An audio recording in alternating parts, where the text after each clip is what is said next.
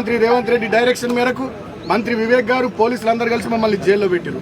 సరే, జైల్లో చాలా ఇబ్బందులు పడ్డాం.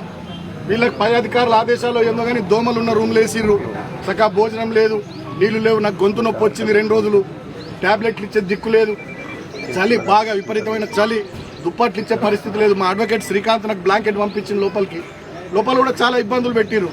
మీరు ఇటు తిరగొద్దు అటు తిరగొద్దు రిస్ట్రిక్షన్స్ మాకు. సరే, భరించినాం. ఇవాళకి 16 రోజులు. నేను ఇప్పుడు కోరుతా ఉన్న వివేక్ గారిని, ముఖ్యమంత్రి రేవంత్ గారిని, మీ కళ్ళు చల్లబడ్డాయా? మీ కక్ష తీరిందా? మీ కడుపు మంట చల్లారిందా? నన్ను జైల్లో పెట్టిరుగా 16 రోజులు. ఇంకా దుర్మార్గం ఏంటంటే నాకు మొన్ననే బెయిల్ రావాలి.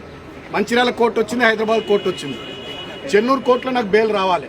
బలవంతంగా ప్రభుత్వ పెద్దలు ఒత్తిడి చేసి 5వ తేదీకి వాయిదా వేయించారు. కారణం ఏందో తెలుసా? నిన్న హోలీ, ఇవాళ నా చిన్న కొడుకు పుట్టినరోజు. ఈ 2 సందర్భాలలో నేను నా ఇంటికాడ నా కుటుంబ సభ్యులతో ఉండొద్దనే ఒక సాడిస్టిక్ ప్లెజర్, పైశాచిక ఆనందం కొద్దీ నిన్న ఇవాళ నన్ను జైల్లో ఉంచాలని చెప్పి 5వ తేదీకి వాయిదా వేయించారు. కానీ నేను మా అడ్వకేట్లకు సెల్యూట్ చేస్తూ ఉన్నా. మా కేసీఆర్ గారు ఎప్పటికప్పుడు మానిటర్ చేసి వారికి కూడా కృతజ్ఞతలు. మా అడ్వకేట్లు మంచిర్యాలలో కానీ, చెన్నూరులో కానీ, హైదరాబాద్లో కానీ మాకు బెయిల్ రావడానికి వాళ్ళు బాగా కృషి చేసి వాళ్ళకు హృదయపూర్వకంగా కృతజ్ఞతలు. అదేవిధంగా జైల్లో ఉన్నప్పుడు నన్ను పరామర్శించడానికి పెద్దలు, పార్టీ నాయకులు, మా హరీష్ అన్న, అదేవిధంగా మా కేటీఆర్ అన్న కూడా వచ్చి నాకు ధైర్యం చెప్పారు.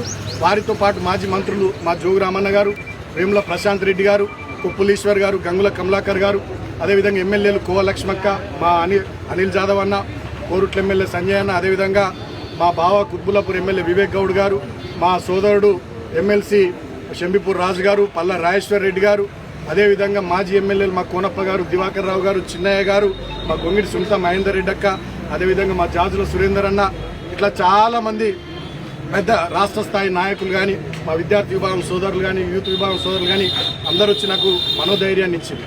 కానీ నేను ఒక్క మాట రాష్ట్ర ప్రజల్ని కూడా ఆలోచించమని కోరుతూ ఉన్నాను.